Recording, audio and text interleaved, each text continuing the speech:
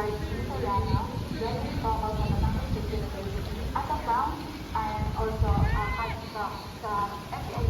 Nagpapasalamat po ako sa National Service for State Media sa opportunity na pinag sa akin ng ilang oras. Ayaw sa inyo sa akin, and I'm really appreciative and thank you Academy of Scholar People dahil ako sa pagiging scholar ko na doon sa akin po ako na palaging mag-serve and palaging sa bahay kapag ako ako po rin si Erika MPP na pinangarap na makapagtapos ngayon ay nakakatulong na po sa akin sa buhay.